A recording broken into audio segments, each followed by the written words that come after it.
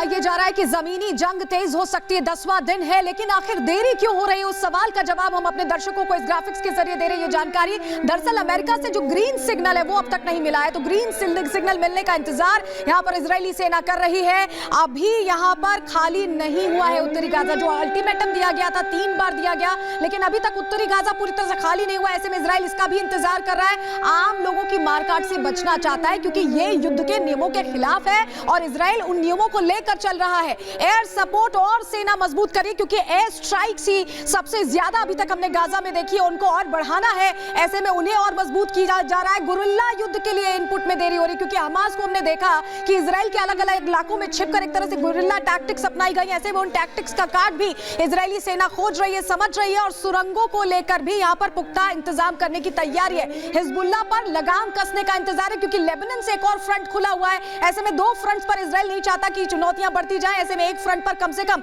हालात नियंत्रण में हो और तब दूसरे फ्रंट पर बढ़ा जाए, ये सोचते हुए इजरायली बंदूकों को भी नुकसान पहुंचने का डर है, और ये सोचते हुए कहीं ना कहीं इजरायली सेना थोड़ा इंतजार यहां पर कर रही है। और इसीलिए माना जा रहा है दरअसल ये कि जो हमास पर सबसे बड़ा हमला है उसको लेकर स्ट्रेटेजी बनाई जा रही है। वैसे जुड़े हुए 3 खास मेहमान वैसे जुड़े हुए संजय सोई सर, एसपी सिन्हा सर, इसके अलावा रॉबिन सचदेवा सर। शुरुआत में एसपी सिन्हा सर आपसे करूंगी, जिसका जिक्र आप लगातार कर भी रहे थे कि हमास पर जो ग्राउंड ऑपरेशन होगा उसको लेकर तैयारियां तेज हो गई है, लेकिन ये जो देरी हो रही है इसके बहुत सारे कारण गिनवाए जा रहे हैं। आप क्या समझ पा रहे हैं देरी के पीछे? ये 4 कारण मुख्यतः। पहला, अमेरिका से क्लियरेंस। दूसरा, नॉर्थ गाज़ा पूरी तरह से वैकेट नहीं किया गया है, और यदि इस हालत में अभी अटैक होता है तो सिविलियंस की कैजुअल्टी होगी और ढोल बजाने वाले लोग तैयार बैठे हैं और ह्यूमन राइट्स का इशू ढोल बजाना शुरू कर देंगे। चौथा, टनल फैक्टर, कि ये युद्ध तब तक नहीं ख़त्म होगा, हमास तब तक बर्बाद नहीं होगा जब तक टनल्स में कहाँ पे इक्विपमेंट, मिलिट्री इक्विपमेंट, मिसाइल वगैरह रखा हुआ है और कहाँ आतंकी छुपे हुए हैं। तो पूरा टनल्स का नेटवर्क, उसका डिटेल, लोकेशन, जब तक ये इंटेलिजेंस इनपुट नहीं मिलेगा तब तक हमास को आप ध्वस्त नहीं कर सकते। तो ये सब जब तक आपके पास पूरा जो इफेक्टिव डाटाबेस है, डाटाबेस नहीं तैयार है, तो ऑपरेशनल प्लानिंग किस आधार पे आप कीजिएगा। और वेदर भी एक फैक्टर है कि वेदर खराब हो रहा है तो एयरफोर्स जब तक सॉफ्टन अप नहीं करेगा टारगेट को पूरी तरह से, टारगेट सॉफ्टनिंग अप मतलब हम लोग फौज में कहते हैं कि जितना स्ट्रक्चर है जो शक्ति प्रदान करता है दुश्मन को, उसको सॉफ्टन अप करो, बर्बाद करो। और एयर पावर के माध्यम से इसको किया जा सकता है। जब सॉफ्टन अप हो जाएगा उसके बाद तो टैंक और इन्फेंट्री, पहले टैंक और उसके बाद इन्फेंट्री फॉलो अप करेगी, मॉप अप करेगी, उसको बोलते हैं मॉपिंग अप ऑपरेशन।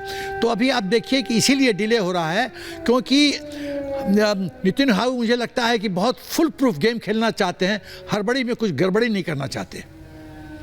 हमारे साथ रॉबिन सचदेवा सर भी जुड़े हुए, उनका रुख कर लेते हैं। रॉबिन सर, मैं आपसे ये समझना चाहती हूँ, क्योंकि इजराइल ने कहा है 5 घंटे तक युद्ध विराम रहने वाला है। ऐसे में जो नागरिक फंस गए अलग अलग देशों के, वहां के नागरिकों को निकाला जा सकता है सुरक्षित तौर पर। वर्ल्ड कूटनीति समझा जाए इसे, विश्व कूटनीति समझा जाए इसे? जी हाँ, अगर मैं आपकी बात समझ पा रहा हूँ कि जो विदेशी नागरिक गाजा में फंसे हुए हैं उनके बारे में प्लीज कूटनीति। बिल्कुल, वो सवाल पूछ रही कि क्या ये वैश्विक स्तर की कूटनीति है? मीनाक्षी का सवाल है सर। क्या चीज? सॉरी, जो जिस तरह से अभी टाइम दिया गया है फिर से कि आप लोगों को इवैक्यूएट कर दीजिए, और क्योंकि बहुत सारे देशों के लोग फंसे हुए हैं, तो ये जो समय दिया गया है फिर से 3 बार अल्टीमेटम के बाद, क्या इसे वैश्विक स्तर की कूटनीति के तौर पर देखा जाए? कुछ हद तक डेफिनेटली ये है कि यस, फॉरेन सिटीजंस हैं, खासकर अमेरिकन, यूरोपियंस जो कि गाजा में हैं। आप ध्यान रखिए, पैलेस्टीनियंस अमेरिका जाते हैं, काम करते हैं, वहां सिटीजन बन जाते हैं, शादी वादी कर लेते हैं। कुछ कसम इंडियंस। सर, आपका ऑडियो में कुछ प्रॉब्लम आ रही है, हम आपके पास वापस लौटेंगे ऑडियो ठीक करा के, लेकिन हमारे साथ जनरल सोई भी जुड़े हुए हैं लगातार। सर, ये जो भी स्थिति बनी हुई है, बार बार अल्टीमेटम दिया जा रहा है, देखिए इस बीच बड़ी खबर आ रही, पहले उसका रुख कर लेते हैं, उसके बाद बात को आगे बढ़ाएंगे, चर्चा को आगे बढ़ाएंगे। बड़ी खबर ये कि इजराइल सरकार का बड़ा फैसला सामने आया है। लेबनान सीमा से सटे क्षेत्रों को खाली करवा रहा है इजराइल। लेबनान सीमा पर बड़े युद्ध की आशंका जताई जा रही है। 28 गांवों के लोगों को निकाला जाएगा, ये इजराइल की ओर से कहा जा रहा है। दरअसल कि जो अब लेबनान पे हमले की तैयारी है, उसके पहले लेबनान सीमा के जो आसपास के इलाके हैं उसको खाली करवाने को लेकर सरकार ने बड़ा फैसला किया गया। इस बीच एक और बड़ी खबर आ गई है जहां पे आतंकी संगठन हिजबुल्लाह ने जारी किया है वीडियो। इजरायली टैंक पर एंटी टैंक गाइडेड मिसाइल से हमले का दावा किया गया है। यानी कि जो चुनौतियां हैं वो कई मोर्चों पर है और अब खबर सामने आ रही है हिजबुल्लाह गुट की ओर से, जहां पे उसकी ओर से एक वीडियो जारी किया गया है। तस्वीर आपकी टीवी स्क्रीन पर भी आ गई है, जहां पर हिजबुल्लाह की ओर से जो हमला किया गया है सलोनी, अब देखिए जो टैंक से हमला किया गया है उसकी वीडियो सामने आ गई है। बिल्कुल चाहेंगे कि इस वीडियो को अगर जनरल सोई एलैबोरेट कर पाए, क्योंकि एंटी टैंक गाइडेड मिसाइल है ये, अगर आप सर एलैबोरेट कर पाए आकर साथ में, जो इस तरह की तस्वीरें ये सामने आई हैं, हम देख रहे हैं कि लेबनान एक तरह से बहुत बड़ी मुश्किल बन रहा है इस समय। हिजबुल्लाह और लेबनान का कहीं ना कहीं पुश है, बैकिंग है लेबनान की, नहीं तो इस तरह का हमला इस तरह हो जाना हिजबुल्लाह के बिना किसी सपोर्ट के संभव नहीं। अगर आप ये एक्सप्लेन कर पाए। नहीं बिल्कुल, ये देखिए किस प्रकार से आप देखिए कि हिजबुल्लाह जो है एक अलग चैलेंज आ गया, एक वो नया फ्रंट खुलता जा रहा है। जो पहले लगा था कि हिजबुल्लाह थोड़ा बहुत फायरिंग कर रहा है, थोड़ा बहुत रॉकेट चैवर फॉर्म में फायर कर रहा है, लेकिन ये देखा जाए इस तरह के जो एक्शंस हैं, खास तौर से जब टैंक को बर्बाद करना है, फिजिकल इजरायली सेना पर हमला करना है, तो ये काफ़ी एक नया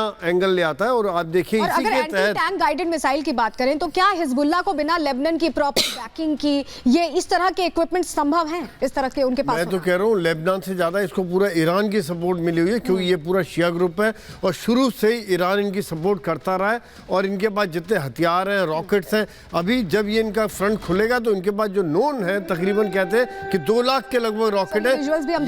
यही कारण है कि आप देखिए जो इजराइल का जो टैंक है इसको अभी मिसाइल आके किस प्रकार से बर्बाद किया, क्योंकि ये इलाका इस प्रकार से अभी शुरू है तो एम्बुश की तरह की कार्रवाई की गई है। और यही कारण है कि आप देखें कि इजराइल ने अपने 2 किलोमीटर के इलाके को खाली करने का आदेश दे दिया। यहाँ पे कैसे धमाका हो रहा है ये भी हम दिखा रहे हैं, कैसे ये एंटी टैंक गाइडेड मिसाइल अचानक आती है वहां पर बाकायदा। ये देखिए ये इजरायली जवान है और ये टैंक यहाँ पर है, यहाँ पर अभी कुछ नहीं हो रहा था, एक तरह से एक्टिव मोड में ये जवान नजर आ रहा था, लेकिन अचानक से एक एंटी टैंक गाइडेड मिसाइल। ये shoulder fired anti tank missiles होती हैं जिसमें कहीं से भी फायर करके वो जगह बदली कर लेते हैं, वहां से फिर फायर कर लेते हैं। तो इस तरह की जो मिसाइल्स हैं हमने देखा होगा यूक्रेन में भी इस तरह का काफी इस्तेमाल किया गया था कि किसी झाड़ी के पीछे, पत्थर के पीछे छुपकर वो फायर किया, टैंक बर्बाद किया और तुरंत भाग के दूसरी जगह चले गए। बिल्कुल, तो बड़ी बात संजय सोई सर बता रहे हैं, लेकिन मीनाक्षी जिस तरह से हमले तेज हो गए हैं, कैसे इजराइल अब अपना डिफेंस मैकेनिज्म एक्टिव करेगा या अटैकिंग मैकेनिज्म एक्टिव करेगा, इसका इंतजार है।